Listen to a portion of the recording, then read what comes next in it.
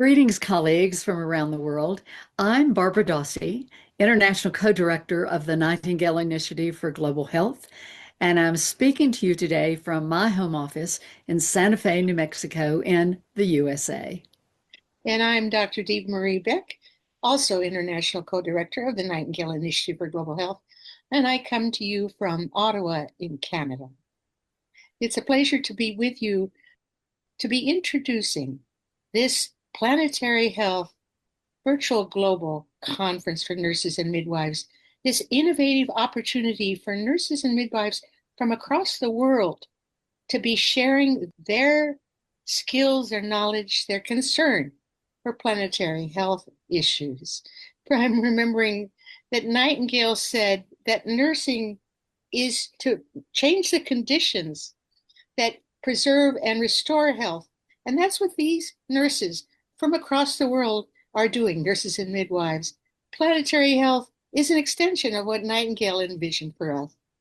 Oh, Diva, I just, when I look at how long we have been together, and let me say to colleagues out there, Diva and I are both Florence Nightingale scholars. And when we got together in the 90s and then coming into 2000, we wanted to find a way where we could focus on Florence Nightingale because we realized that history is one of the most important aspects of any profession. And so we created, with like-minded colleagues, the Nightingale Initiative for Global Health. We took the first four letters of Nightingale, NIGH, and that is the Nightingale Initiative for Global Health. So when we look at the legacy that we have, it is just extraordinary. And one of the things that is empowering about looking at history and reviewing is we're able to see the challenges that Nightingale had. And as we come in today, we are faced with the same things that she did.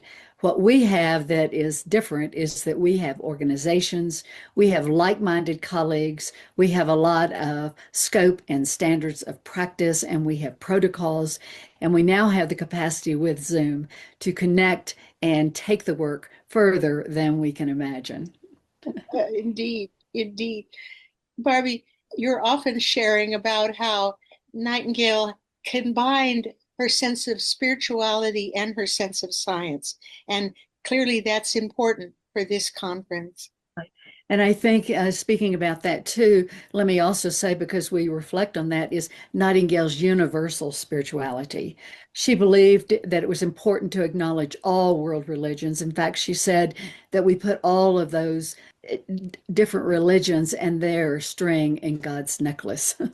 And as we were speaking about that too, her definition of God is a power greater than ourselves. Uh, and she kept saying that we as nurses were responsible for helping nature, God, to look after people and to change the conditions, helping us to be healthy and to restore our health. That one of the things that I find very interesting about all of this, people say, well, Nightingale was only a bedside nurse. No, she was she was actually in the 1870s, she was writing about deforestation in India was causing floods, and that the floods were causing runs of outbreaks of cholera. 1870, she was already an environmental activist using the media that she had in her time. And Nightingale, she was an administrator, statistician, and that's one of the things that we certainly can focus on too, is looking at its science and also this universal spirituality. And it's not an either or. In our work, we combine these. I think it's also exciting, and I am always empowered by the fact that Nightingale called her work her must. And so that's what you and I have tried to do in our work with the Nightingale Initiative for Global Health, is it is our must to Indeed. focus on her legacy and help empower our colleagues around the world. Yes, and I'm guessing that a number of these nurses, we've had actually 100 nurses and midwives speaking at this global virtual conference. I'm sure that they experience that sense of must, and perhaps everyone watching has that sense of nursing. Nursing isn't easy. That's Nursing is challenging, and if it's your must, it's what you bring to make the world better. And I would say Nightingale's voice is on the internet if you've never heard it. And she says, when I'm no longer even a memory, just a name, I hope my voice perpetuates the great work of my life. The other thing to say is that my favorite quote from Nightingale is that she said, health is not only to be well, but to use well every power we have. And I'm sure she would have been in awe of the power we have now with virtual global platforms. Health is not only to be well, but to use well our global virtual platforms. Colleagues, we are so excited that you have joined us in this very important conference. We send our best wishes for this conference to be outstanding in every way. Excellencies, colleagues, dear friends, very happy to be with you at this International Council of Nurses. Thank you very much for inviting me, and greetings from Geneva at the World Health Organization. Thanks for the opportunity to discuss with you these famous three planetary crises. Since we are all health professionals, let's start with a good diagnosis. And this is the diagnosis. We are confronting three major risks for our human health. One, the climate change. And the climate change will bring us extreme weather events, high temperatures, their immediate health impacts in terms of heat waves or related illnesses and infectious diseases spread. And of course, it will bring as well the jeopardizing, the putting at risk our health systems. The second crisis we are facing, the pollution. Think about air, water, soil contamination, and of course, not only that, they will be responsible for respiratory, cardiovascular, reproductive, and even neurodevelopmental disorders. You know, to add that 7 million premature deaths are occurring every year due to the bad quality of the air we breathe. And then the third crisis, and all of them very much interlink, the biodiversity loss. We are disrupting our ecosystem, and this is leading us to a reduced food security. We have therefore new zoonosis, and of course, mental health stressors. In addition to that, let's continue with the diagnosis, and then I will stop with the negative part of this. The planetary boundaries are already exceeded. You know that we have a framework which identifies 9 processes that are very critical for maintaining the stability and the resilience of air system as a whole. And at the moment, all are heavily perturbed by human activities. Let me repeat it, by human activities. Isn't this lack of wise in our side? We have now breached 6 of the 9 planetary boundaries, and those include climate change, the biosphere integrity, land system change, freshwater use, and novel entities such as microplastics, endocrine disruptors, nuclear waste, and nuclear weapons. All of those thresholds underpin the stability and Earth that we need, and of which human health will depend heavily. The health and well-being impacts now, since we have the diagnosis, then let's look at how this specifically affects our health. And it's affected, of course, on our physical health. We will have increased incidence of heat stroke, vector-borne diseases, of course, malnutrition, as I mentioned before, air pollution calling all of these dramatic figures of 7 million premature deaths annually. We will have a very negative as well on mental health through eco-anxiety, massive displacement, grief over ecosystem loss. Vulnerable populations will be very much affected. And you know that children, older adults, and of course pregnant women, low-income countries and communities are the ones that are disproportionately affected. Let me give you an example. If we have deforestation, that will reduce the biodiversity. This reduction of biodiversity will promote zoonotic spillover, and this will increase the risk of a pandemic. Another example, very concrete, if we have an agricultural runoff, That will lead as the cause of water quality impacts, and therefore we will increase diarrheal diseases. Let's now work on something more positive and what is our role and our leadership and responsibility. And of course, you, the Nurse Council, what is your role? And I see many roles for you. Of course, on advocacy, we want you to champion the policies for clean air. Very recently, we had a very strong global conference on air pollution and health in Colombia. Many commitments were made. So we need your voice on clean air, on renewable energy, on sustainable food systems. And this is just as well examples of what we are doing, for instance, on the implementation of air quality guidelines at the urban environment, working with mayors, making sure that parliaments as well are changing the air quality standards. I see another fundamental role for you that you are already playing on education. We want to integrate all of these issues around planetary health into your nursing curricula, and of course the continuing education. A well-equipped nursing profession, well-empowered and energized to safeguard both human and planetary health is fundamental. And of course, if you look at the recently developed WHO Air Pollution and Health Training Toolkit for health workers, you will find there something that I think is a very tangible, concrete, and specific example. We invite you to have a look at that. We need you as well on practical innovation. We need you on the development and implementation of low carbon, resource efficient health systems and care models. And I'm sure you heard about ATTACH, the platform on Alliance for Transformative Action on Climate Change and Health. This is a fantastic example where we are taking all the community of practice and reducing our carbon footprint as the health system.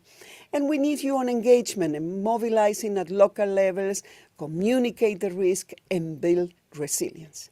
And now the final message, the call for action. Obviously, we would like to urge all nurses to see planetary health as an integral part to patient care and, of course, to public health. We would like to call you to collaborate across disciplines and sectors to drive this critical systemic change that we all need at the moment. And we need you as well, and this is my call of action to you, on reinforcing that protecting the planet is nothing else than a health imperative for now, for our current, but more importantly, for the future generations. So again, good luck with your Congress. Thank you for inviting me. We trust you 100%, and we have a lot of expectations on the role and the leadership you can play in this incredible challenge. Thank you very much.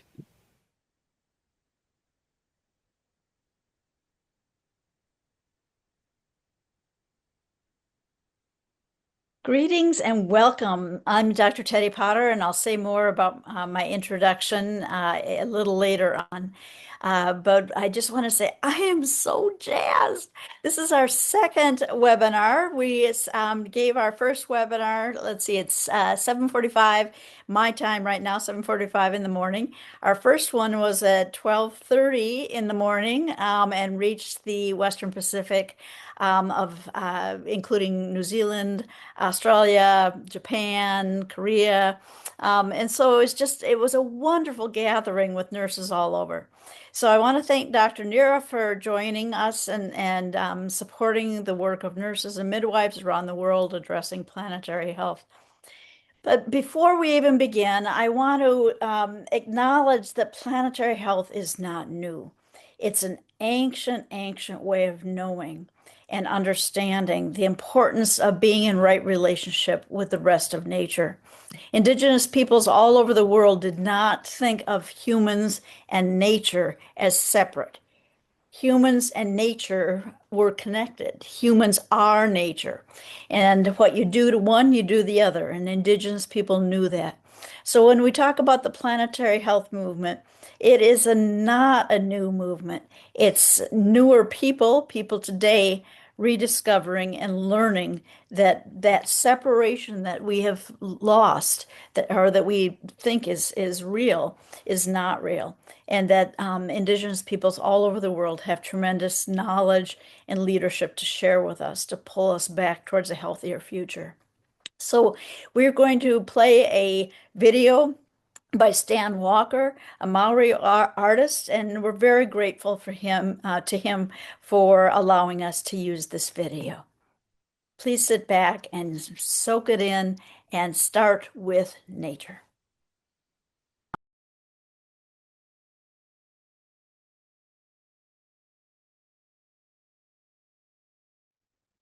I hope you feel that deep in your bones. I hope you feel the waterfall, the river, the air, the ancient ancestors, the people that know how to keep our land and protect our land. So now I'll introduce Heidi and myself.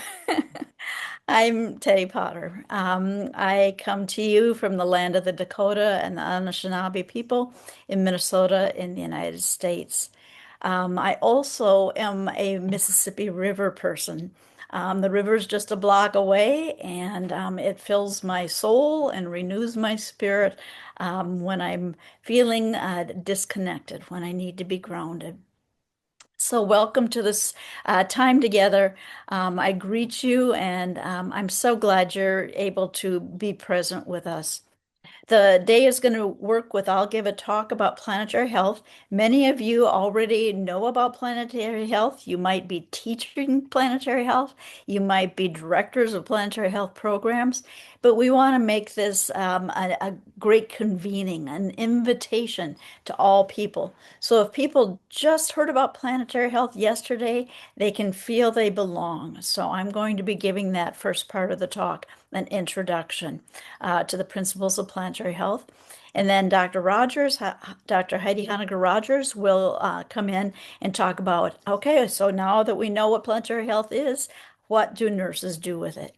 There'll be a brief break for about a half hour and for a bio break, but you can also take time to go into the lobby and there's an expo where all our sponsors have wonderful resources that they want to share with you.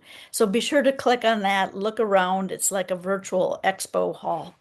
And then our third section will be people, experts from Europe, talking about what's happening related to planetary health in your location.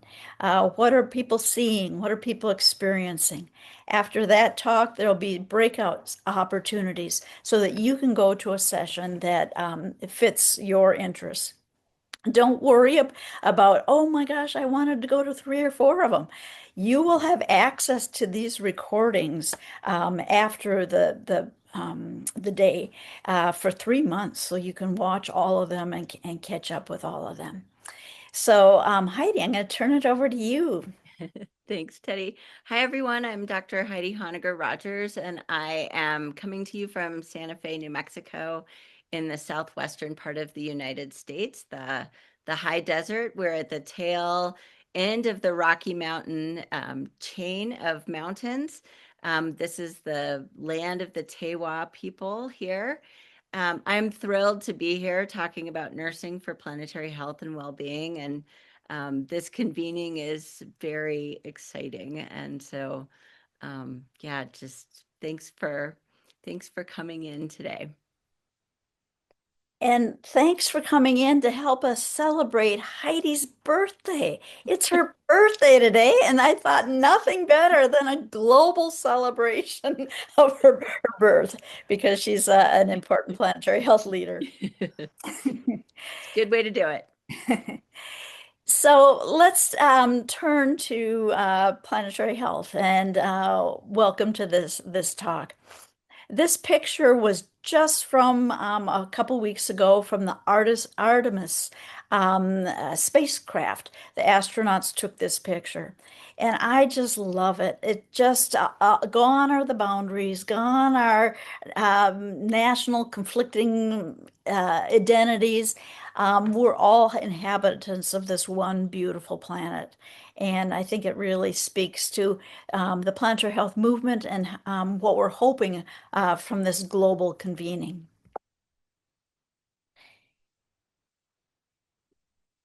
So in this picture, this is the European area, the WHO European sector, and the white dots represent indigenous peoples. And so, again, we want to acknowledge that planetary health is not new, and we have the deepest respect for indigenous knowledge and the indigenous keepers of the land.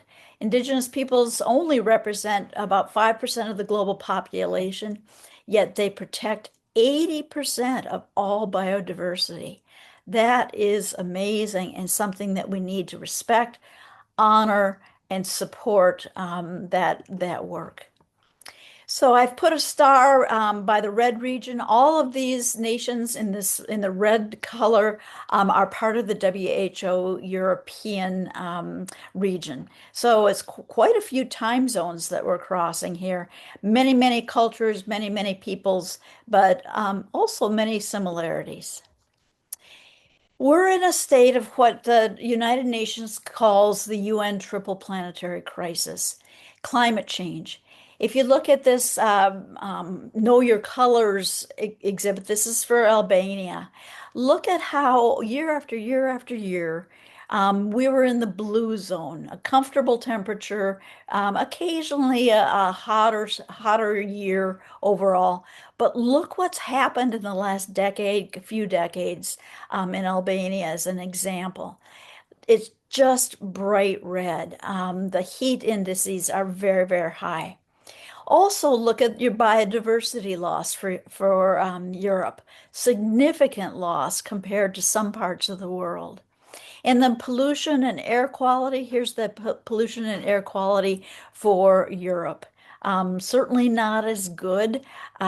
Places that are forested, like Scandinavia or Ireland, still have some resilience built into their places, but air quality is worsening. And I wish it was just one problem. If it was just climate change, it wouldn't be as challenging, even though climate change is extremely challenging to solve. And it wouldn't be as challenging if it were three issues, like the United Nations says, the triple pandemic. But we have 9 issues that we're working on dealing with. Now, if you think about the human body, we as nurses understand the body very well. And if we're faculty or teachers, we teach our students about the various systems and how they need to be healthy in order to maintain life. So we talk about the cardiovascular system or the pulmonary system or endocrine system or renal system, all the various systems that are necessary. And they all work together. When one is out of balance, another might be stronger. But when they all start to tip, when you have various systems in our body that are out of balance, it becomes more and more critical and urgent care. And at some point, if we're not able to pull those systems back into balance, life is no longer viable. We know that as a nurse. We know that it requires entire teams of expertise to try to rescue somebody who's in multi-system failure. The planet is like our body. It too has various systems that work in synergy and are necessary to support life. The Stockholm Resilience Center, the scientists from the Stockholm Resilience Center and Potsdam Institute for Climate Impact Research have determined that there are 9 planetary boundaries or 9 planetary systems that must be kept in working order for life to be able to continue on the planet as we know it. These 9 planetary boundaries include biosphere integrity, meaning that we need to maintain biodiversity. Now, something becoming extinct is not abnormal. Life evolves, things live and change, and sometimes species disappear. That's just happened since the dawn of time. But right now, we are having biodiversity loss, a pace of biodiversity loss that it's 1,000 times the normal rate. As a matter of fact, we're in a sixth mass extinction right now. You know about the other extinctions, such as the asteroid hitting the Earth and the dinosaurs disappearing. Well, this extinction is caused by humans. It was rather chilling about a week ago or a couple weeks ago, I was in Chicago at the Field Museum. And at the end of the museum, there's a display that talks about the rate of biodiversity loss and extinction. And they said since this was probably about 10 in the morning, maybe 11 in the morning, they said since you arrived at the opening of the museum at 9 a.m., 22 species have disappeared and become extinct. That just hit home, folks. Absolutely hit home. Now, we as nurses sometimes might not worry about biodiversity loss, but when our pollinators start to disappear, it is going to become a massive health issue. When our marine bioecosystem becomes destroyed and the fisheries aren't available for people to eat, fish, we are going to be in a lot of trouble. So pay attention to biodiversity loss. That's one of the 9 planetary boundaries. Land use. We are cutting down forests at a rapid and alarming rate, which has an impact on those trees are unable to be a sink for carbon dioxide, and that leads to some areas becoming desert and severe soil erosion. So land system use, cutting down trees for agriculture needs is a problem. Similarly, we are using more of our water than is appropriate. And we have a limited amount of water on this planet. We don't make more water. It's in a closed loop. It's in the ocean, it evaporates, it rains, back to the ocean, it evaporates, it rains. But when we pollute the water, when the water is contaminated, that's water we can no longer use, no longer available to us to keep life alive. And that's a real concern. Biogeochemical flows, that's flows of our phosphorus and nitrogen. There are natural amounts of phosphorus and nitrogen in our system. There always have been, but since the massive use of fertilizers, we're disrupting that balance, and that's an issue. Ocean acidification. The ocean balance is similar to our bloodstream, our acid-base balance in our bloodstream. And we all know that there's a little, very tiny little window that supports life of your blood. It can't be too acidic, it can't be too alkaline. It's got to be right in the zone. And the ocean is very similar. It has a zone that supports life. And now we have moved into ocean acidification that's at a danger level. Another of the 9 boundaries is aerosol loading, which is air pollution, particles in the air. Stratospheric ozone depletion. There's an ozone layer that protects all of us. And that ozone developed a hole in it, and I'll be talking about that in just a minute.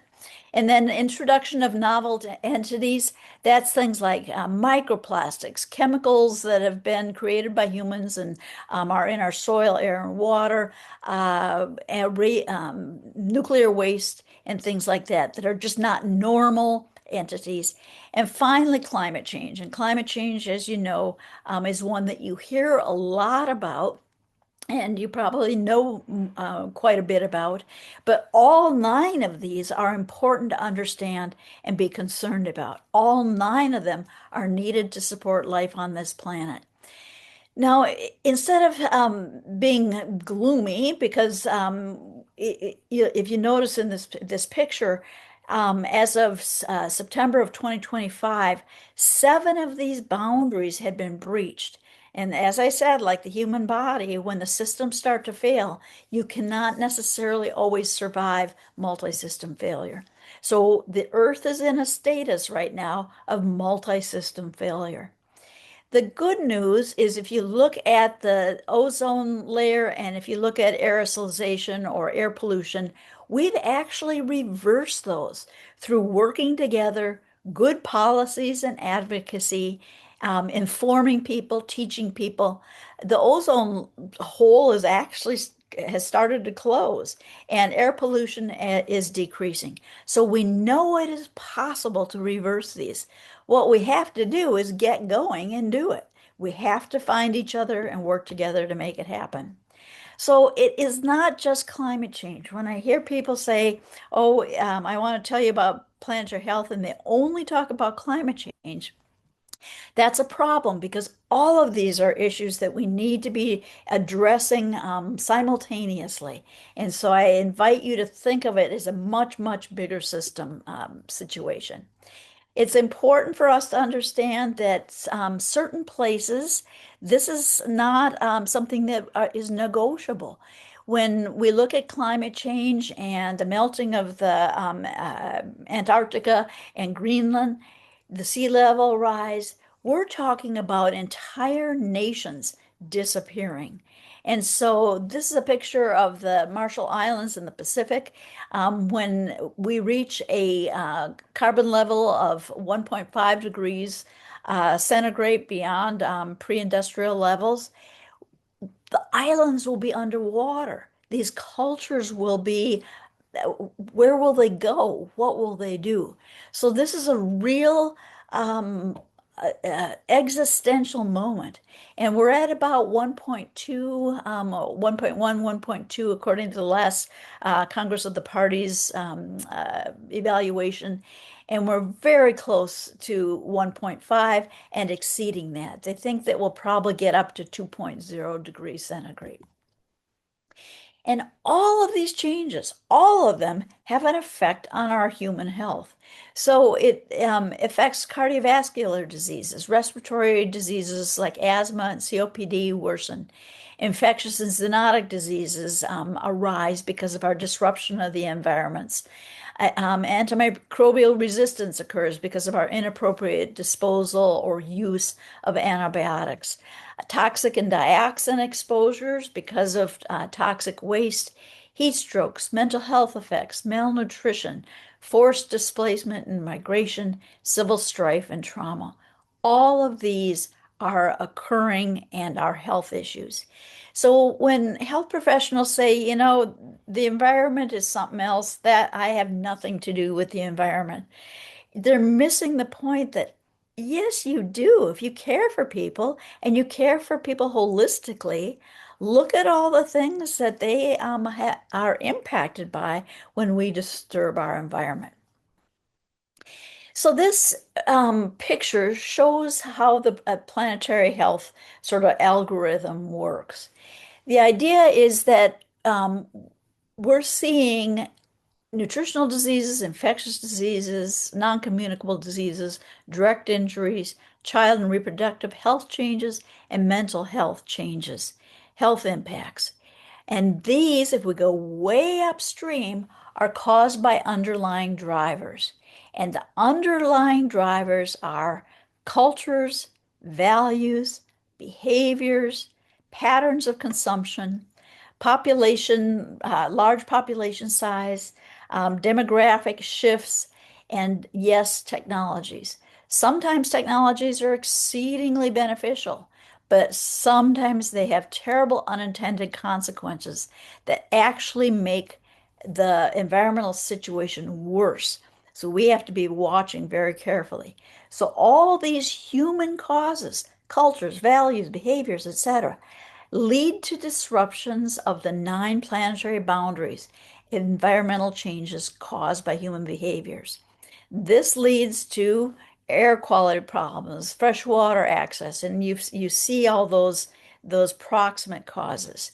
Then these modifying factors determine how much or how severe the earth problems, the environmental problems, impact the patient's health.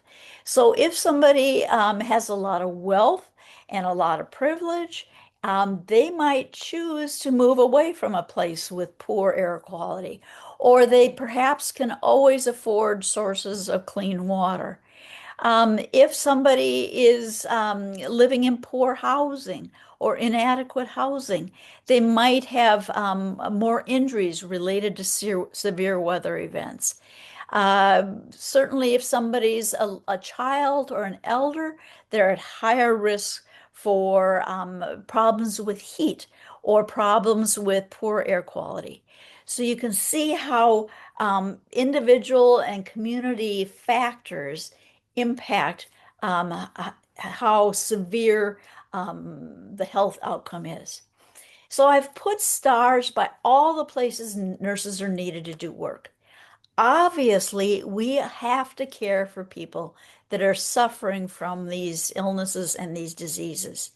We need to be aware that when somebody comes to see us and they've got an infectious disease, it can very likely be due to environmental disruption. If they have injuries, it might be related to a recent severe weather event. If they're having trouble getting pregnant, it might be related to the fact that we now have microplastics in our environment. If they come and they have a great deal of anxiety, despair, and perhaps even suicide ideation, we need to be aware that it might be because they feel they don't have a future. They're seeing how we're destroying the planet and they don't think we have a future. So nurses are definitely needed in this space that cares for people.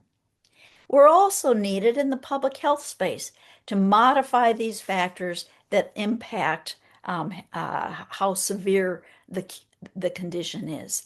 We need to be addressing social determinants of health and structural determinants of health. And later you'll hear about environmental determinants of health. We need to be addressing those. And finally, I really like this in that nurses are perfectly equipped to move way upstream and address the underlying drivers. Because in a way, nobody does behavior change or encourages behavior change better than nurses. Year after year after year, we are the most trusted health profession. So people listen to us when we talk about the behaviors and values and the things that we're putting into our bodies, the things we're putting in the environment. People listen to us. So nurses have the possibility to shift the underlying drivers that are causing all this suffering downstream. The Lancet Rockefeller Foundation Lancet report that launched the modern planetary health movement in 2015 talks about this.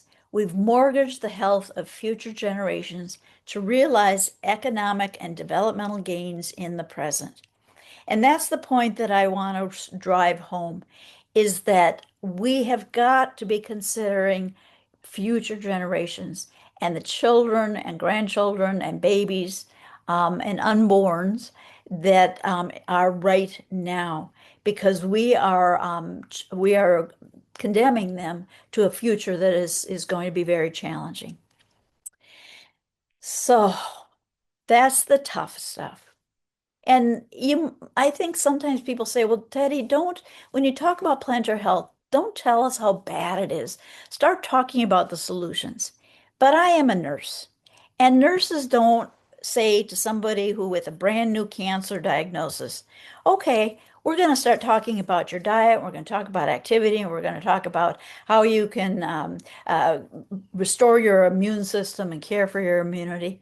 No, we need to tell them they have cancer and what the disease does and the risk to them and how then they can overcome the risks.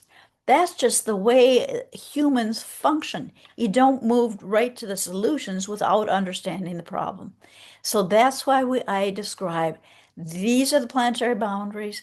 This is the situation we're in. It is very, very serious and it's requiring urgent action but it is hopeful because it is possible to heal this problem. So I like to think of planetary health in this way. We all have heard of public health. Eco health is prioritizes the health of the ecosystems. One health is a combination of human medicine and animal medicine within the context of an environment, and how human diseases and animal diseases often intersect in zoonotic diseases that infect both. You all know about global health, and hopefully you all have heard about the UN Sustainable Development Goals. All of these intersect together to cause or work together or should work together, but they all have a little bit of human health, a little bit of animal health, and a little bit of environment.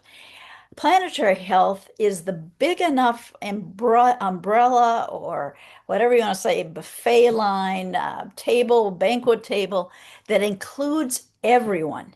So that it's not, oh, I want to be in public health, but not eco health. Everyone's invited to the planetary health banquet. You don't have to give up your One Health commitment or your global health commitment. You bring it to the table so we can all work together, because together we can create changes that are necessary. So, planetary health. The Planetary Health Alliance is a gathering of over 500 organizations, many individuals in 80 different countries around the world. It was launched shortly after the planetary or the Lancet and Rockefeller Foundation report was issued. And this is how the Planetary Health Alliance defines planetary health. Planetary health is a solutions-oriented, transdisciplinary field and social movement focused on analyzing and addressing the impacts of human disruptions to Earth's natural systems on human health and all life on Earth. So I want to tease out some important parts. Planetary health is solutions-oriented. We do not just study the problem to death. We understand what the problem is. Now we have to get working on the solutions. So it's solutions oriented, very, very positive, forward thinking, future oriented, thinking about how are we going to create a better future. It's transdisciplinary in that it's not just medicine or veterinary medicine or environmental work. It's everyone working in this space to return the health, restore the health of the planet. And it's a social movement, making sure that we analyze and address these impacts of human disruptions to Earth's natural systems. These are human-caused disruptions. They're not natural patterns. They're not natural cycles that have occurred throughout time. No, these are human disruptions to Earth's natural systems.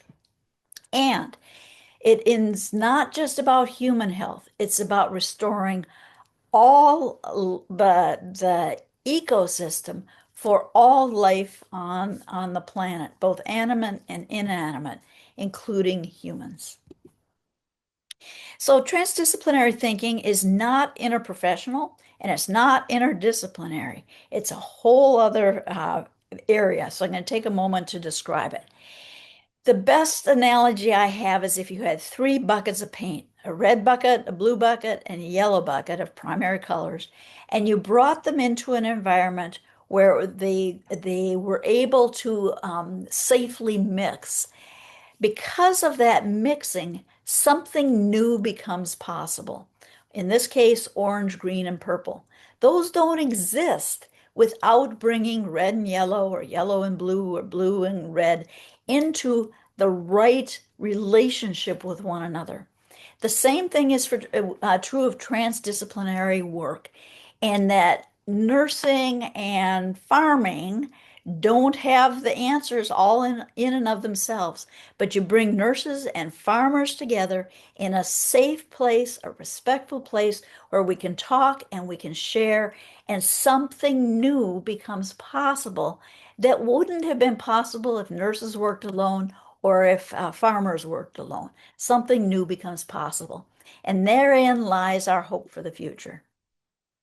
So once we have brought the disciplines together and we acknowledge the importance of that, We need to have a shared language. Otherwise, if you bring a nurse and an engineer and a farmer together and we start to chat, the other two disciplines might not know nursing or midwifery or healthcare language. And farmers might not be able to express themselves to an engineer, a nurse, etc. So we need a shared language. And what we did through the Planetary Health Alliance is we brought together 24 global experts from around the world, and we said, what do your students in your discipline in higher education need to know in order to become competent at practicing planetary health? And those of us who were leaders of this program, we thought maybe there'd be a few dozen suggestions. There were over 500 suggestions of things that we should include in curriculum. Well, that is not going to work. No faculty is ever going to talk to their other fellow teachers and convince them to include 500 new things. So much like a winnowing basket where you are winnowing grain or rice, you throw it up in the air and the wind blows what's not necessary away. You catch what's important in the basket. I urged the other experts to winnow, and we winnowed, winnowed, winnowed, worked until we could all agree on 5 core domains. And these 5 core domains make up our shared language. The first is interconnection within nature. This is essential, folks, because it's trying to bring us back into right relationship.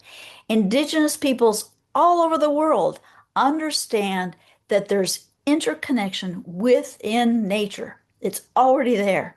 So it's not a case of humans are over here and nature's over here, and we need to reconnect. We were never disconnected to begin with. But that myth that we were better than nature, that we were separate from nature, is what has gotten us into this mess to begin with. Because as soon as humans thought, oh, I'm different from the rest of nature, it allowed us to think we were better than nature, we were more important than nature, what was good for us was all that mattered. It didn't matter what was good for the rest of the whole ecosystem. And we started down a very dangerous path that allowed us to blow the tops off mountains, use as much water as we wanted to, fisheries into extinction, hunt animals into extinction, cut down forests. All of our problems are at the source of this belief that we are more important and separate from nature. So unless our students get this right, we are not going to solve this problem. So that's at the core of the 5 domains. Then the Anthropocene and health. This is, as I said, is not a naturally occurring problem. Humans have done this, and humans survived on this planet for thousands and thousands and thousands and thousands of years without destroying it.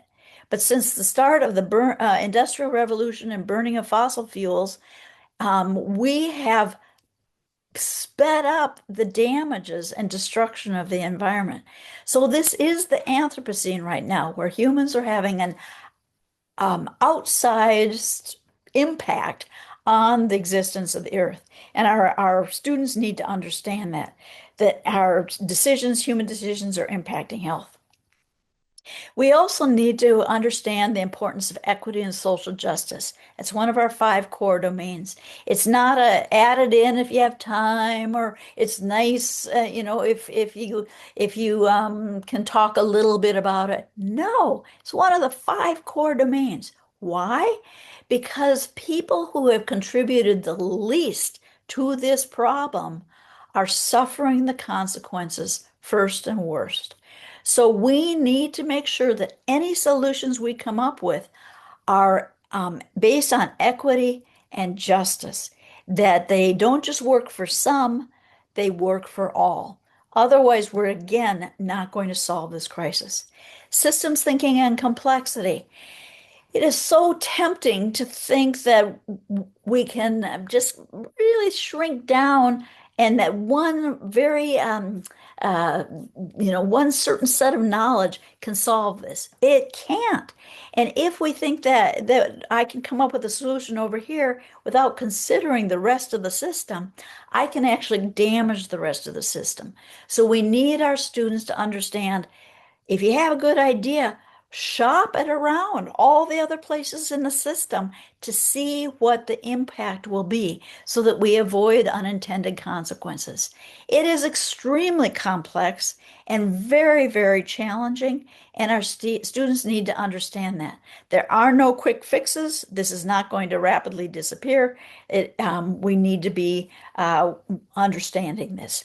And then movement building and systems change. It is not enough to just know with our heads. We need to put things in action. We know what to do. We know what the problems are. And now let's get going and start to change it. That is our shared language. I can talk with planetary health experts and leaders all over the world in all sorts of different fields, and we are talking the same language. Now, if we talk the same language, we need a shared vision. Otherwise, we're not heading in the same direction. So that shared vision is called the Sao Paulo Declaration on Planetary Health.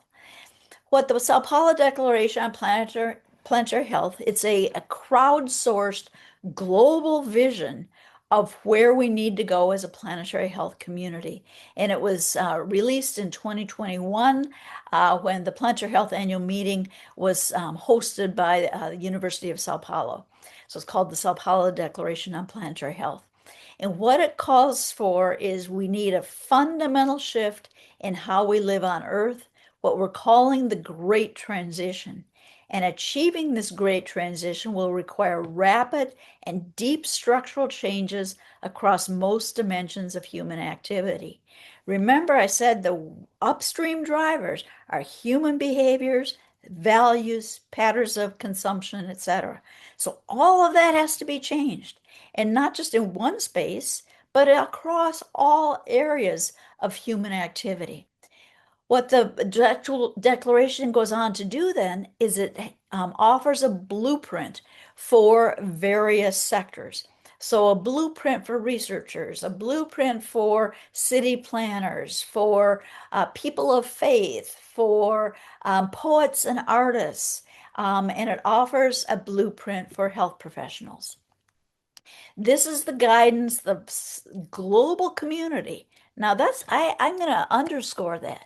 The global community is calling this vision forward.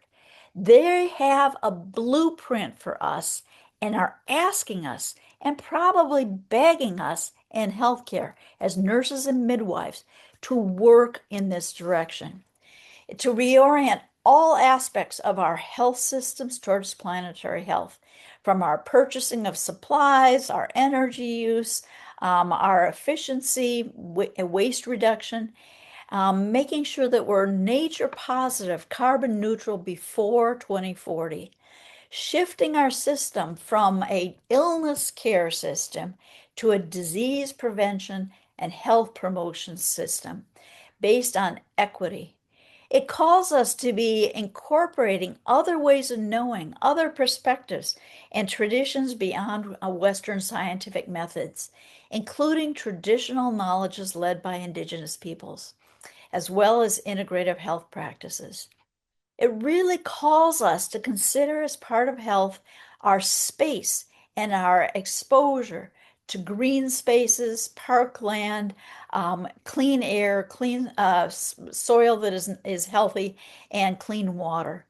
To make sure all people have access to nutritious diets and that we advocate for culturally appropriate health as health care and services as a basic human right. That is what we are called to do. The Planetary Health then developed the Planetary Health Roadmap and Action Plan, and this was released in 2024 at the Planetary Health Annual Meeting in Kuala Lumpur. And it calls for providing guidance, or it gives us guidance on how to move the blueprint forward in key areas that we all have in common across the world: governance, education, business, How do we transform those massive sectors to ensure that we're following the blueprint? And how do we communicate those changes effectively? And that's the Planetary Health Roadmap and Action Plan. The Planetary Health Alliance has a wonderful treasure trove of resources available to all of us. They're free, they're open access, but I call your attention to these, which are videos that show around the globe various people who are part of the movement describing when did they first awake to our interconnection within nature, what's their personal experience of environmental degradation, and what are success stories in moving us away from the brink of disaster. Here's a QR code for the Planetary Health Alliance. I strongly urge you to join as a member. It's free. There's no obligation for you as an individual member, and you can sign up to join different groups. You can sign up to be a member of regional hubs. So there's a European regional hub that's active and growing, and you can choose to be a member of that hub. What the Planetary Health Alliance does is it connects you with everyone who's working in this space across the globe so that you're not working alone. You'll have access to the latest research, you'll have access to newsletters, you'll learn about the Planetary Health Annual Meeting, which is going to be in 2027, I believe June, I can't give you the exact dates, June of 2027 in Tokyo. Which calls together the planetary health community. There's lots of opportunities to serve. There's lots of opportunities to be connected through social media. And I strongly urge you to become part of the planetary health movement. So I started with the Artemis team that recently took off.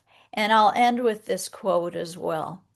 This is by Christina Koch, which is one of the Artemis astronauts. We will always choose Earth. We will always choose each other. That is a planetary health message. We will always choose Earth, and we will always choose each other. These are resources. All of these resources are available on the Planetary Health Alliance website. And now it is my great joy to turn it over to Dr. Heidi Honegger Rogers. Thank you.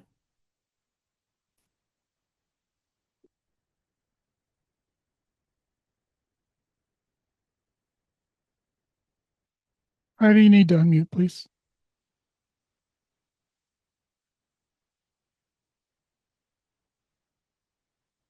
Of course I did that. I'm so sorry. Hi, everyone. Doesn't matter how long we've been Zooming. There's always a little glitch. And just good morning. It's so nice to see our colleagues and friends and nurses and midwives who are doing planetary health work out in the world here today. Teddy, thank you so much for that talk. I love how you weave all of the stories together of the planetary health movement, and just your orientation to the, to this as a field, and a way of thinking and a way of being together.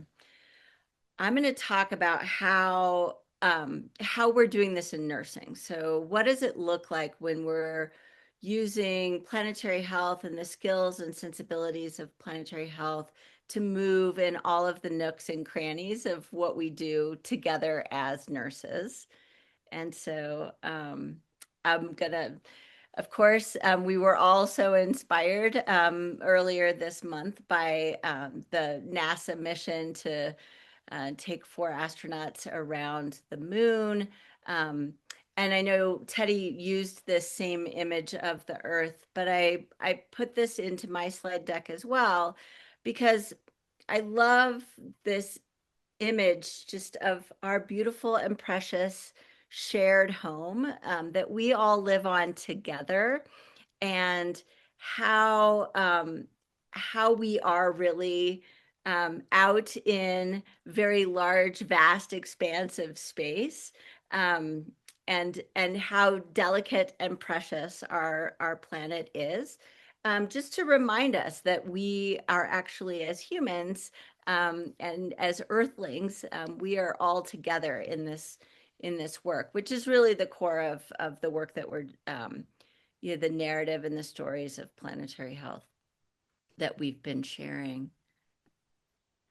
So thinking of the earth, nurses really are the bedrock. I love this statistic. There are 29 million nurses and 2.2 million midwives globally. Of course, we know we need more, but we are actually almost 50% of the global health workforce, which is really incredible to think about. So as we shift and change and move in nursing, that shifts and changes and moves how healthcare and what health is, how healthcare is delivered and how we think about our health and well-being. We really do deliver the majority of primary healthcare services worldwide as both nurses and midwives, and it's good to remind us ourselves of that, I think. So nurses and midwives are making all sorts of advancements in public and population health. We are leading disease prevention endeavors, leading vaccination campaigns. We've led those that had eradicated smallpox.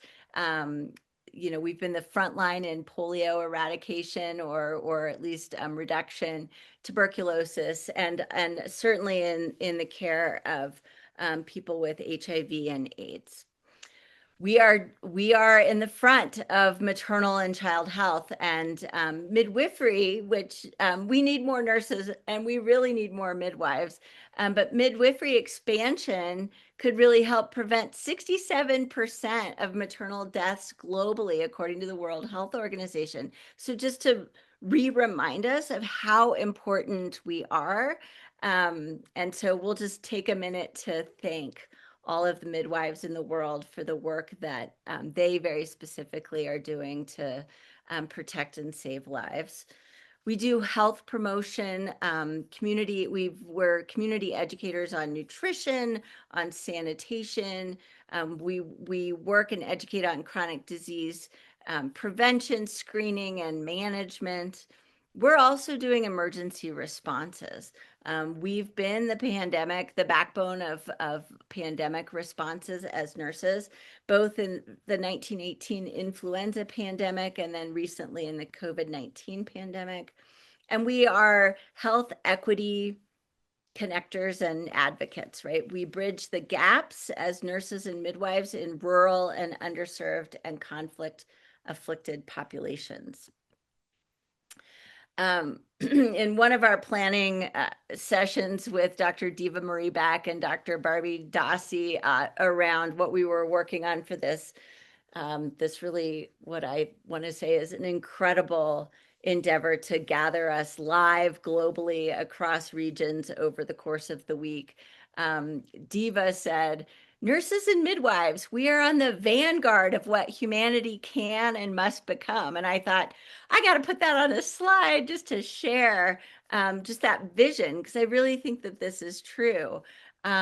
She went on in an email to say, across the world, nurses are exemplary for caring, for compassion, for commitment and courage, the attributes that humanity needs. She says, we have demonstrated these with sick nursing, and now we can demonstrate health nursing. The power of our public voices can be heard, listened to, and respected for the value of our perspectives as role models for the health of humanity. Diva, I know you're here in the audience, so I hope I did you some justice, but thank you so much for inspiring, I've got a little teary, inspiring me, inspiring us, this conference, and the work that you do. So I just want to start with something that through Teddy and a community that gathered together to really think about nursing for planetary health several years ago, this two loops model from the Berkana Institute. I have resources and references at the end of my slide deck, and I've got a lot of information that I've put in there from them, this group, on this two loop model.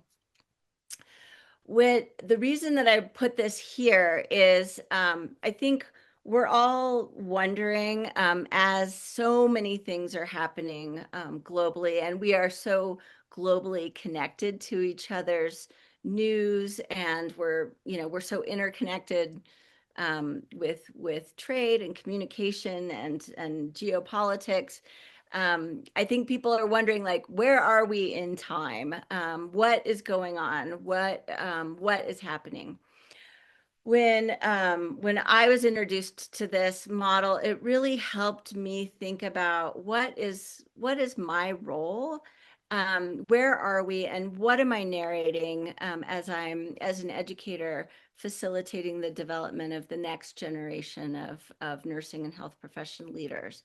So the two loop model is based in just wisdom from nature, how things grow, peak, return to the earth, compost, and then how new things grow.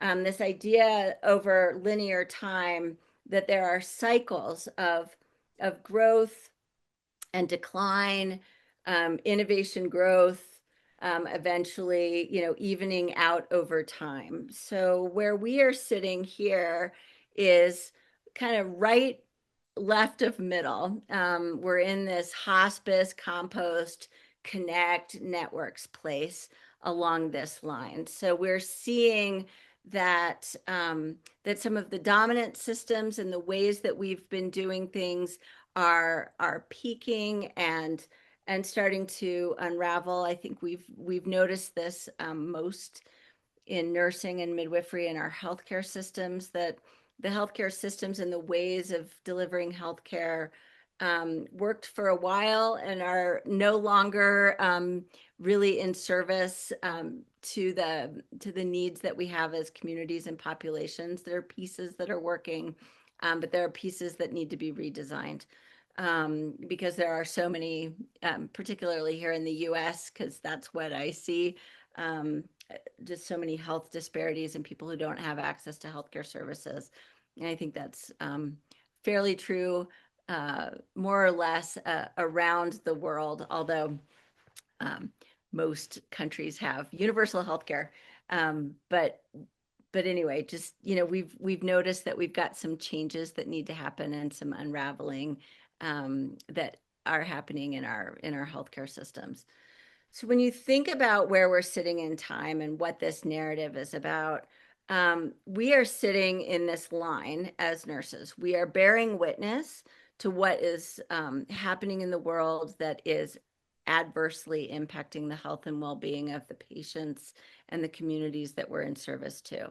We're holding and trying to support populations as this unraveling is happening. And at the same time, we are imagining, and we have a responsibility for imagining and innovating what is coming next. So as nurses and midwives, we're sitting in these 2 points, and we're really trying to move toward the future, a future ideally where us together collectively as humans and as nature, as all together as earthlings and beings on our beautiful and precious planet, have the ability to flourish, right? To do well. So anyway, I could go on for days about all of the different bits and pieces of this model. But I just wanted to say we are in this place of transition. The Sao Paulo Declaration calls this the Great Transition. This is a term that a lot of folks are using for where we are right now. We're in the unraveling of old ways of being, and we're in the Great Transition for new ways of being. So the Great Transition is really about how do we live together differently. It's how we construct and live in our communities and our cities. How do we design our healthcare systems and sensibilities for flourishing? how do we produce and consume food? How do we manufacture and share products? How do we work with the energy that we need and build renewable energy systems?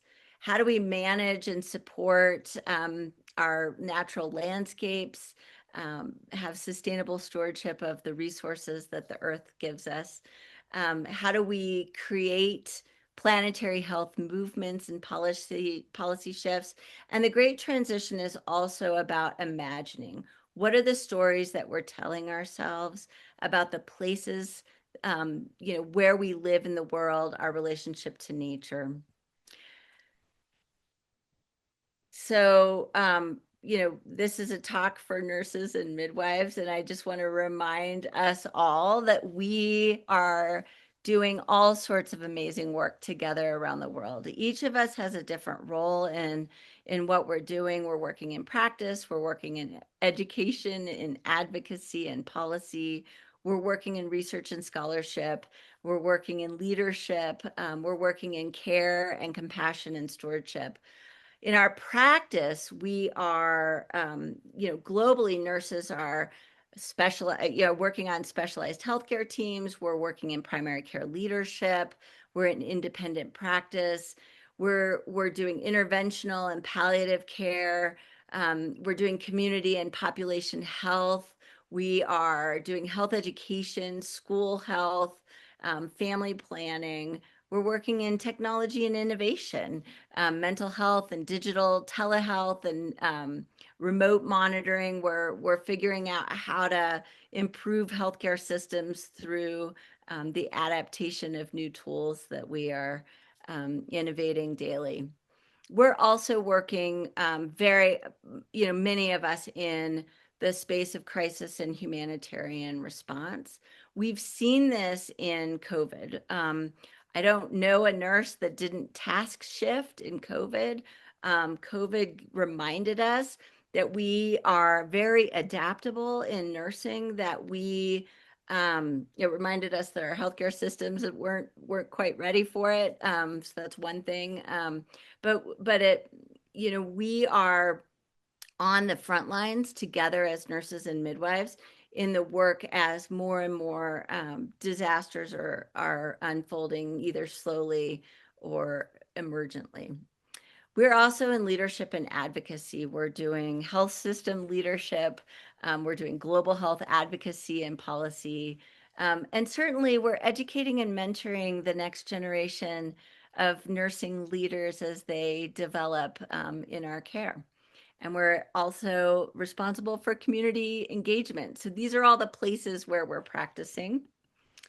And the ways that we're practicing and the ways that we like to think about planetary health in our practice is, I just wanted to put this nesting picture together. I think we're all used to looking at, what are the determinants of health look like in these nested ways that our health is determined. Our healthcare systems, particularly here in the US, are focused very much on the individual determinants of health, helping people make individual lifestyle decisions to promote and support their health. It includes screening, it includes prevention, but it's a lot of what people can do by themselves.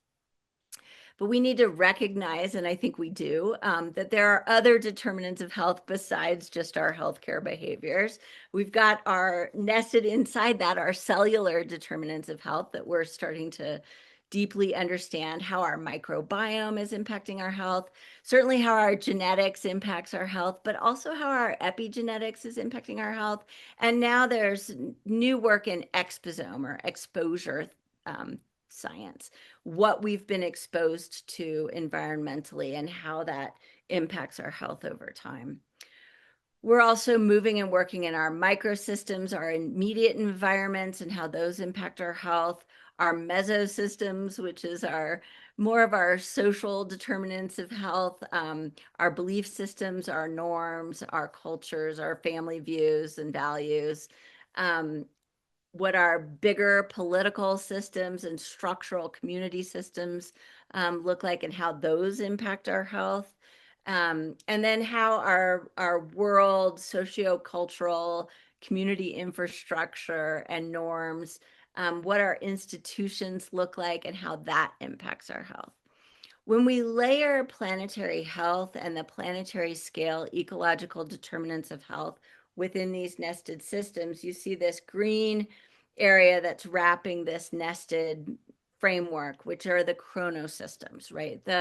How the planetary scale, climate change, biodiversity loss, geochemical flow changes, marine degradation, all of these land use and land changes, all of these, certainly global pollution, how these planetary scale ecological determinants are impacting our health. So as nurses and midwives, we're seeing through all of these, and we're running these ribbons through, through the work that we're doing individually with our patients and collectively with our communities.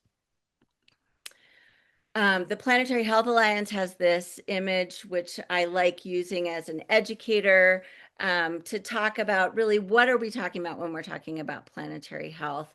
We're talking about health, right? Direct injuries, nutrition diseases, infectious diseases, mental health, child and reproductive health, non-communicable diseases, and then linking and connecting them to the various environmental drivers for this. So land use and land cover changes, biodiversity loss, climate change, that kind of thing. So that's just sort of that green layer that I showed you in the nested system. This is sort of the image for what that is.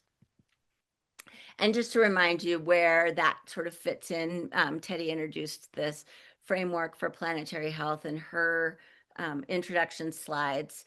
We're working in this red health impacts. That's directly what we can move and, where nursing and midwifery is.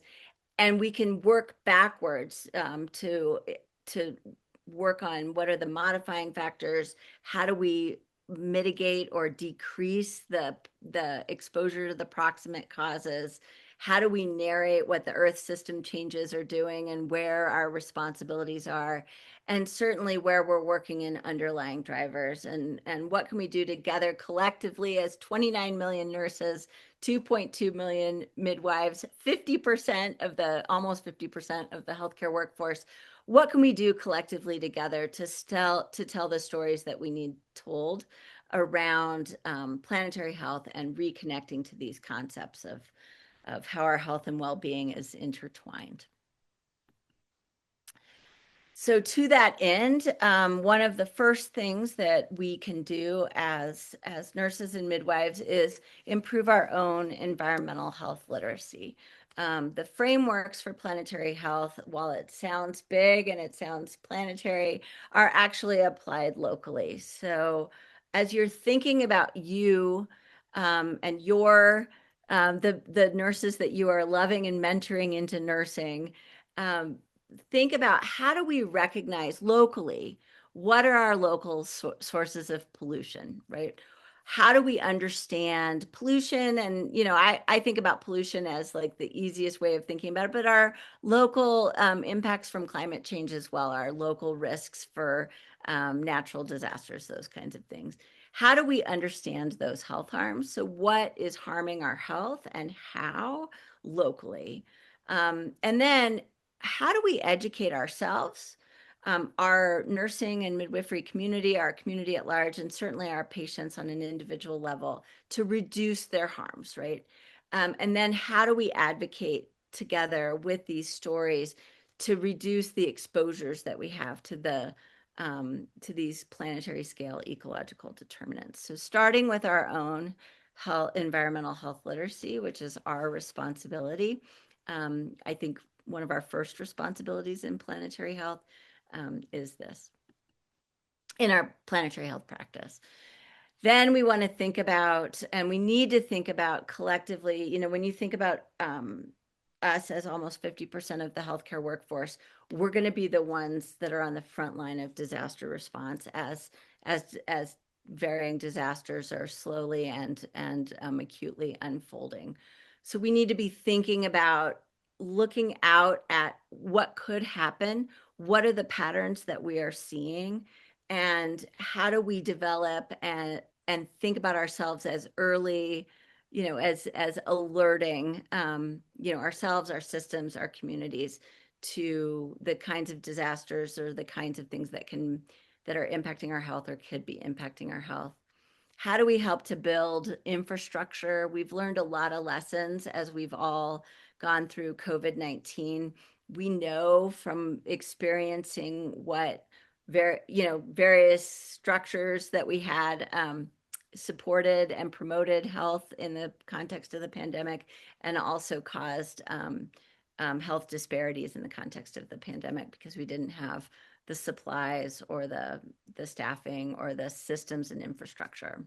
So we need to be thinking about infrastructure in advance of this. We need to be attending to mental health, our own. For me, I think the two loops theory is super helpful. I think, all right, I've got a responsibility, and I know that I'm helping us move toward this transition. But we need to be able to attend to the eco-anxiety, this anxiety of existential dread that I think many of us are sharing right now. Loss of lands and livelihoods and how that's impacting our communities. Displacement trauma, which is something that a lot of communities globally are experiencing. And then how do we help to build and reinforce the community networks that we need going forward to build resilience? Super important work that nurses and midwives can do in their practice. The other things that we can be doing in our practice is supporting local food systems and nutrition. How do we build out local, regional, regenerative systems of food supply? How do we have backups for that? How do we think ahead? Nutritional deficiencies and nutritional diseases are impacting our populations worldwide. And I think nurses and midwives really have a place in this work going forward. Certainly in thinking about what are the diets that we can take in, how do we support those diets in our communities to promote our own health and the health of the planet. Agriculture is a big contributor to global pollution, the ways that we grow food. There are better ways to grow food. They're a little harder, but they're certainly better and safer for our water supply, our land supply, and actually the nutrition for our bodies. And so how do we support local regenerative agriculture, and how do we build out the kinds of sensibilities for food and nutrition that we need going forward with planetary health? And so that looks like food distribution processes. It also looks like urban access and making sure that folks in all communities have access to fresh food as we can do it. And then we're doing clinical interventions. So we need to be thinking about, from the climate change perspective and the air pollution perspective, how do we help to decrease the health harms from extreme heat? How do we help to decrease and mitigate the health harms from the air pollution that's rampant in most of our communities? Also, how are we looking at vector surveillance and how infectious disease transmission rates are shifting and changing as the environments are changing? How do we look at water safety? What's the work that we need to do to ensure that in addition to food security, we also have water security in our communities? And then, the thing that I think is the core to nursing and midwifery practice is this idea of, how do we make sure that the care is equitable, that access is universal, and really take a look at disproportionately burdened populations and what's the support that folks in these populations need going forward. As educators, so that was practice. So as educators, we're working a lot with the Planetary Health Education Framework. It's on the Planetary Health Alliance website, but I've also linked to it in the resources that I'll give you at the end of this talk. Teddy went through this, but this is a way of guiding, I think, nursing, and it really guides us as educators. What are the things that we're trying to convey to this next generation of nurses as they grow and flourish in this profession? So the planetary health education framework, when you read through it, it has key concepts that are listed. The kinds of things that we need to be thinking about, teaching, the language that we need to share. Interconnection within nature talks a lot about understanding and working with traditional knowledge systems, partnering together with traditional knowledge communities and wisdoms to um, re-narrate for a lot of us, or really light up the narrative of this idea that we are nature, that we are not as humans separate above, but part and parcel. We have responsibilities in that because we are, as humans, causing the damage that's happening right now to our nature systems for the most part.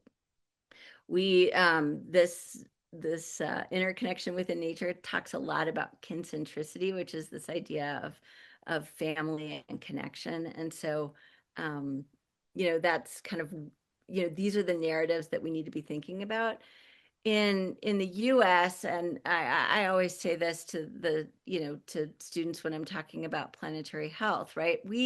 I think we understand as nurses intrinsically that our health and well-being is interconnected with the health and well-being of all of our ecosystems, certainly our social and our environmental and now our planetary scale ecosystems. And when you talk to folks about that, they're like, yeah, absolutely. Like, this makes sense, right? We understand this from our nursing and midwifery practice. But then when we point out that our healthcare systems are not actually, particularly in the US and Western, more colonial healthcare systems, that our healthcare systems are not actually in service to that truth.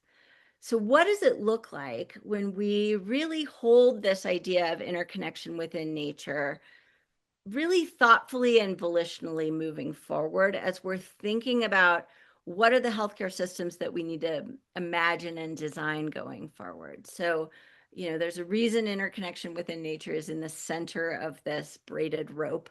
And I think it's because we really do need to work from this place of understanding and deep connection as we're imagining the work that we need to do going forward.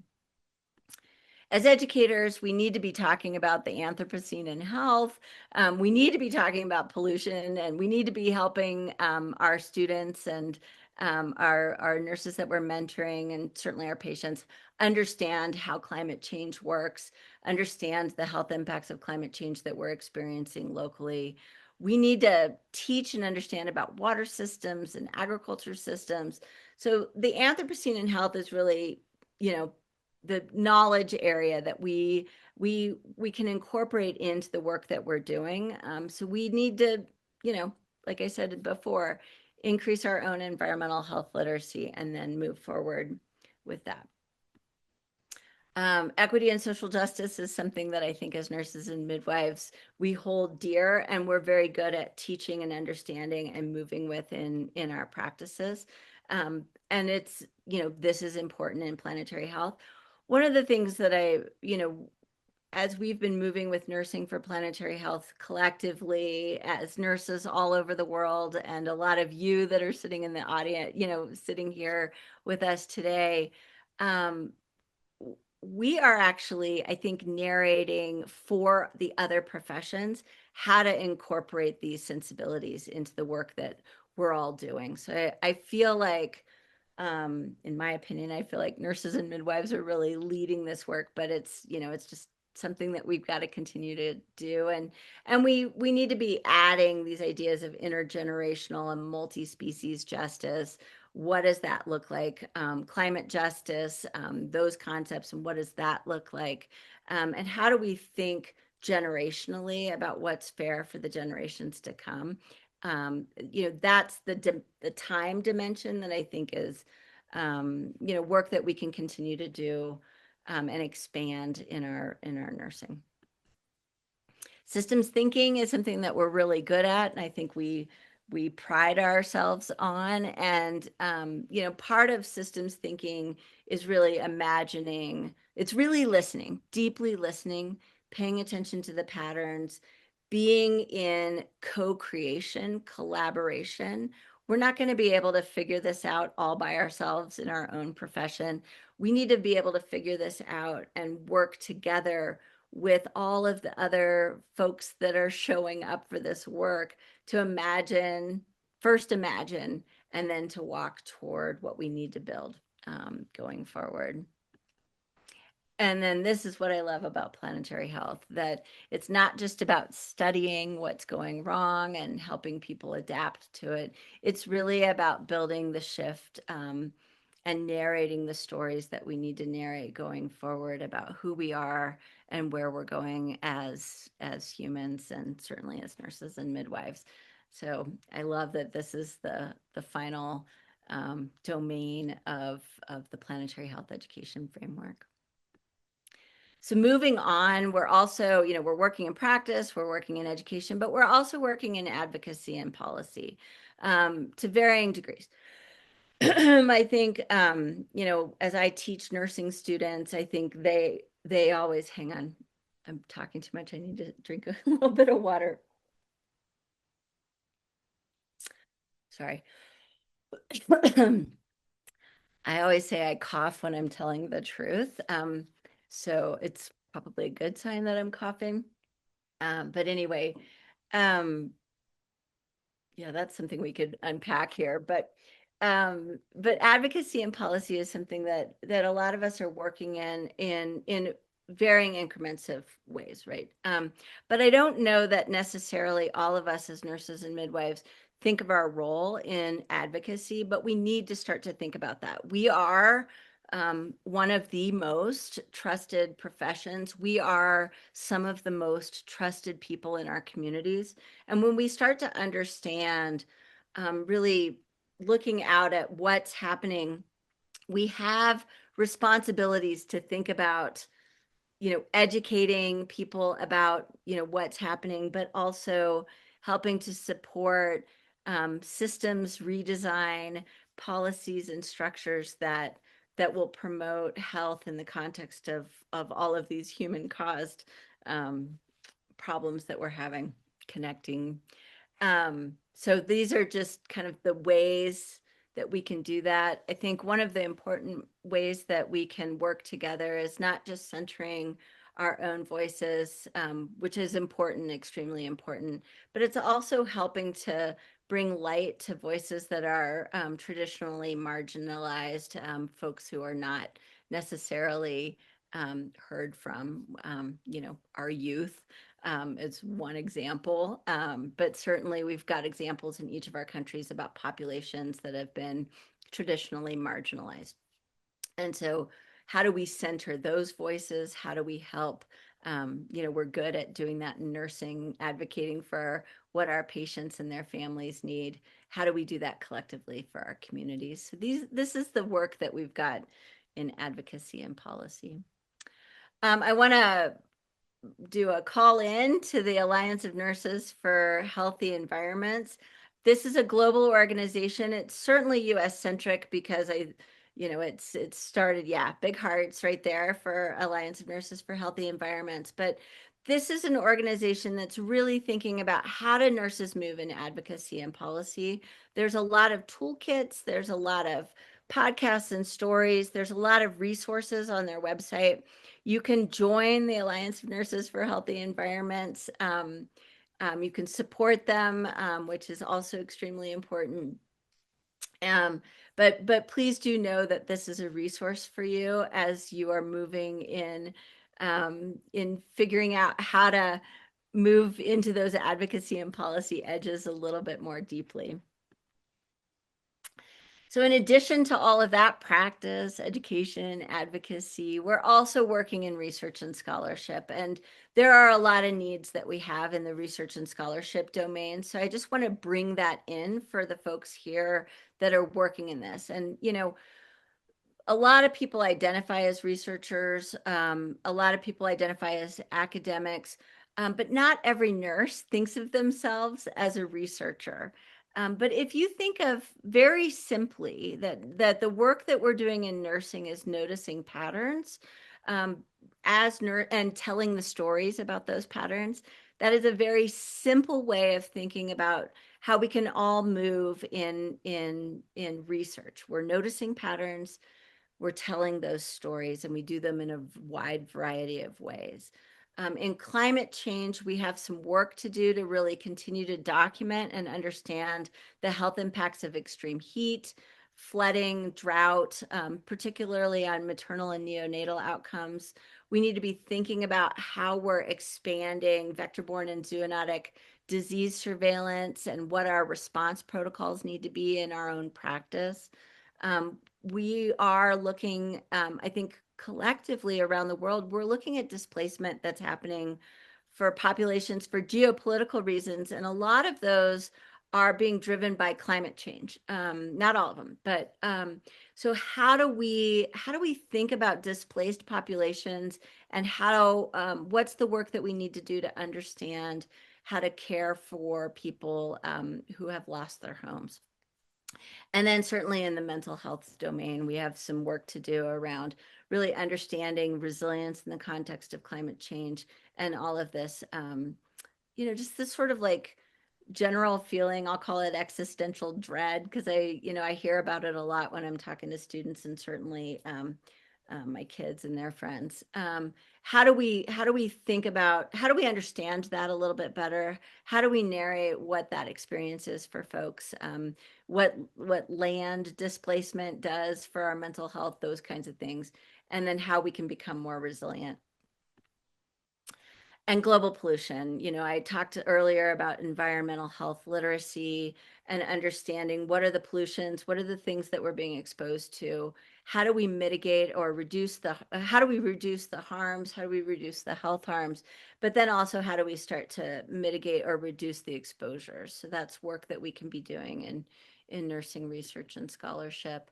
And we need to be thinking about biodiversity loss, right? How the loss of our medicinal plant knowledges are impacting our health and well-being, how zoonotic spillover risk is impacting our health and well-being, the impact of environmental degradation on specifically on indigenous populations' health and well-being, and what are the ways that we can help support flourishing in those contexts, and reclaiming and helping to re-nature nature.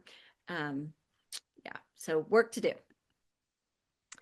So this is a list. I've got this web because it's all kind of comes together, these web images, but these are our cross-cutting research priorities in planetary health for nursing and midwifery.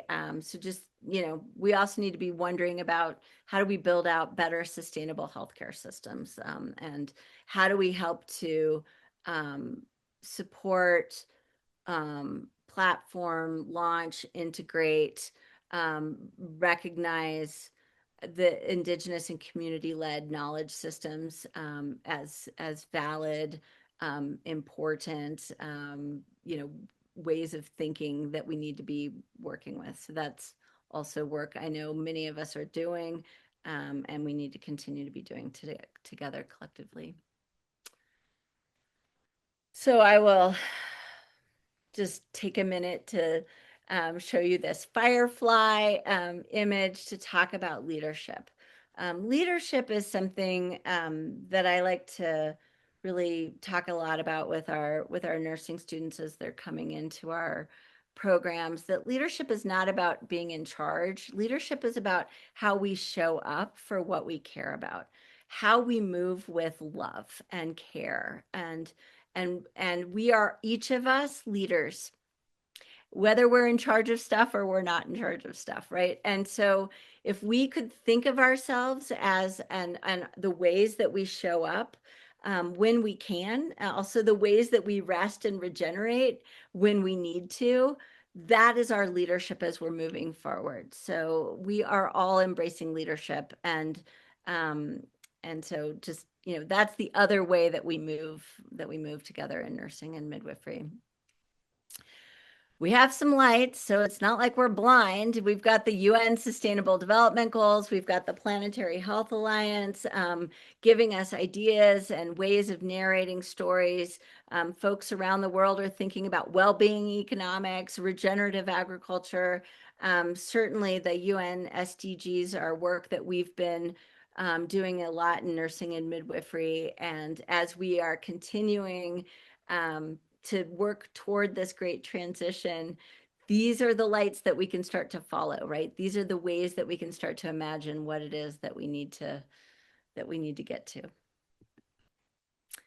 So this is our path of light.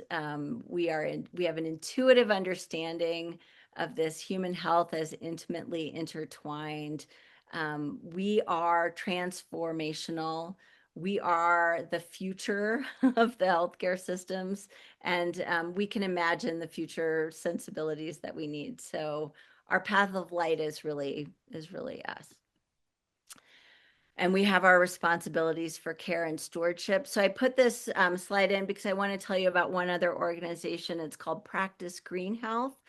There's a lot of work around the world, and certainly, in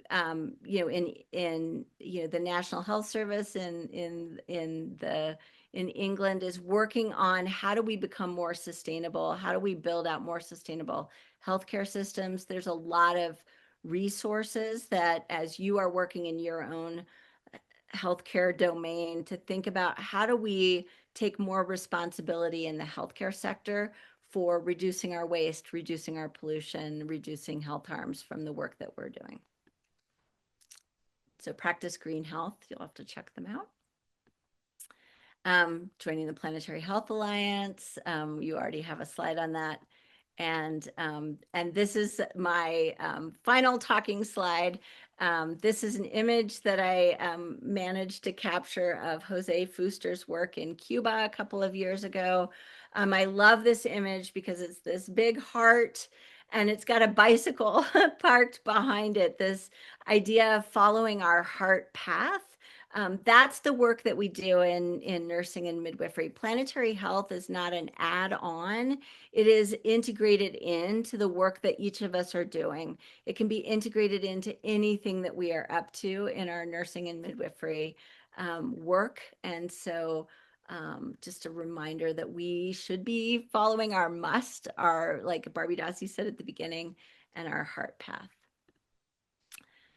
I'll just leave this slide up for a second if you want to grab it, and I'll put a link in the chat in a second to this references and resources. So I've put together articles that I think are certainly, for the slideshow, for the slide deck, but also references and resources that I think are good ones for folks. And it's got all the Planetary Health Alliance resources as well.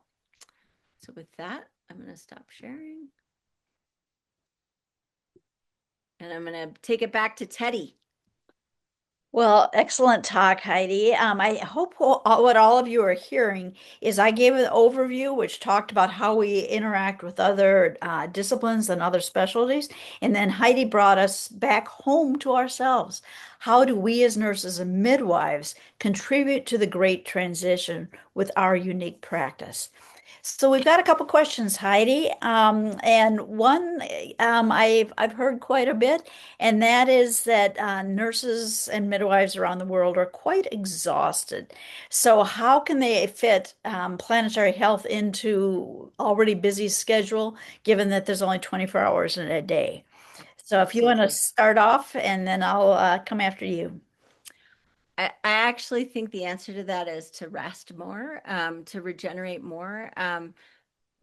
Planetary health is, and I feel very strongly about this. This is not asking for an add-on. It is shifting how we think about things, and moving with these sensibilities. When I talked about leadership as, an embodied practice, leadership is also a collective practice in nursing and midwifery.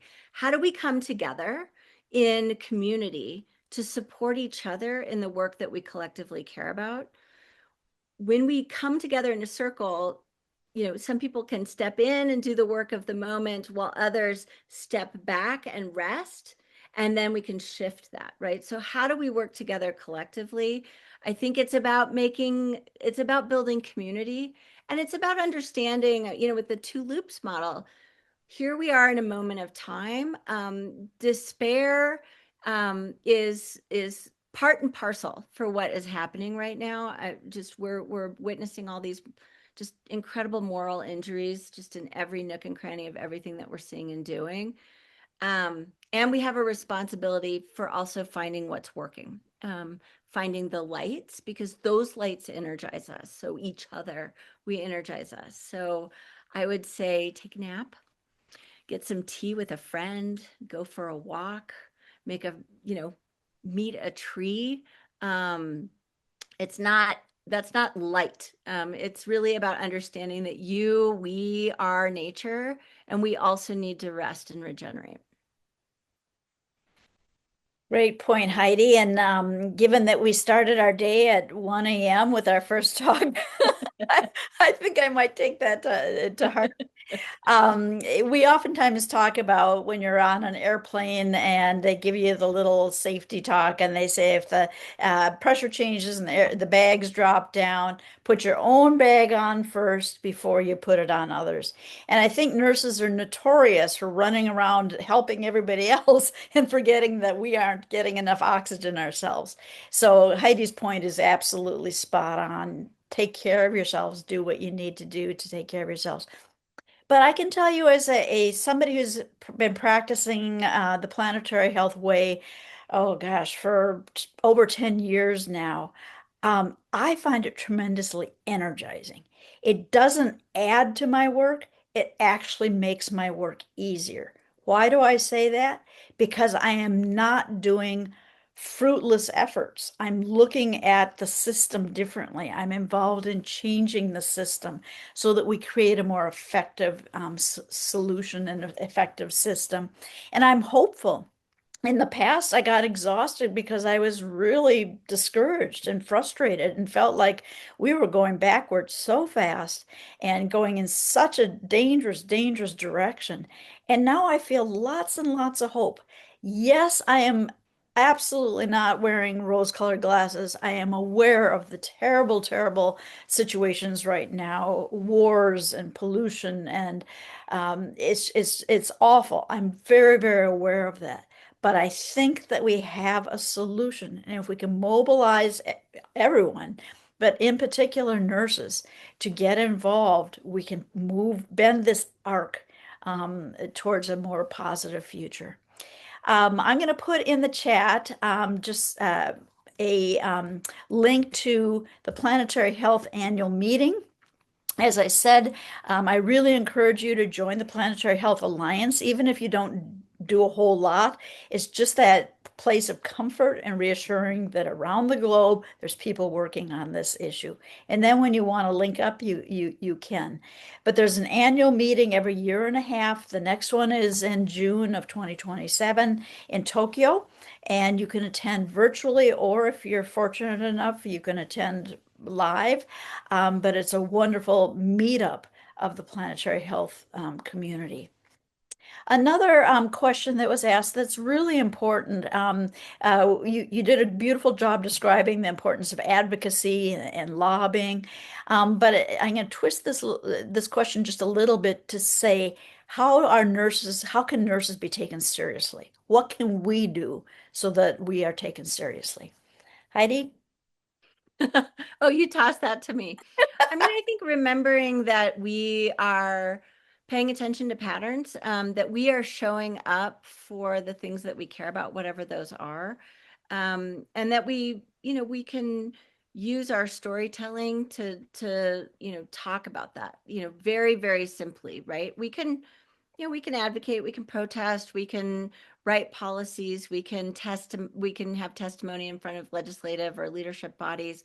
Those are things that we can do, but very simply, each of us can storytell. What are we seeing? What are we worried about?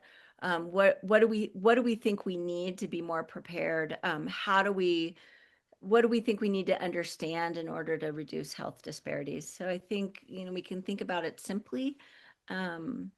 Yeah. Do you want to add to that? Well, I will because I heard you say that we need to avoid saying just a nurse. I'm just a Oh, nurse. yeah. So sometimes we are our worst enemies. We put ourselves down. I might not be right. I might not know as much about this. Have you ever heard a physician or a surgeon lead with that? I'm just a surgeon, or I'm just a doctor, or I might not know much about this. No, you don't. So to be taken seriously, you show up and you show up with confidence.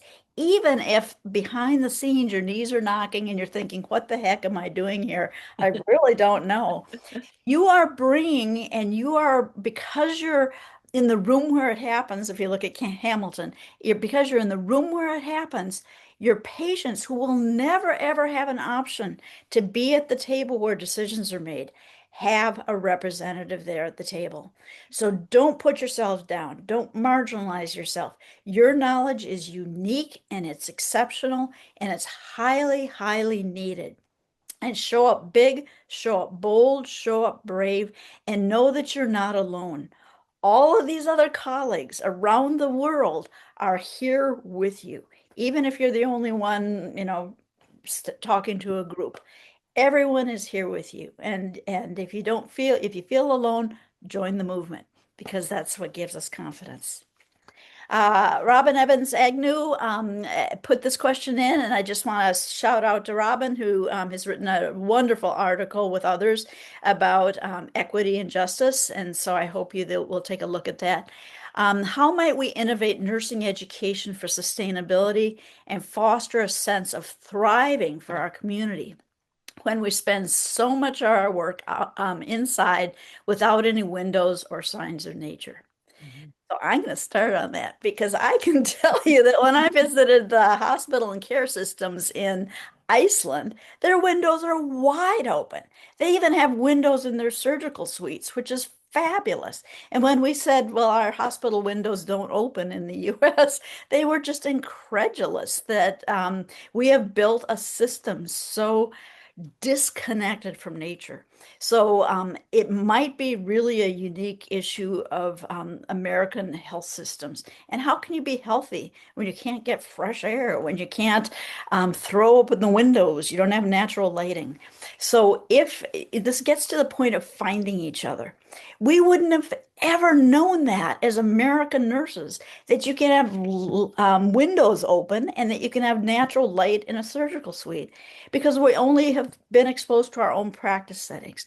So that's why it's really critical that global nurses come together and share best practices, what's working, what's not working, how do we move this forward? Heidi.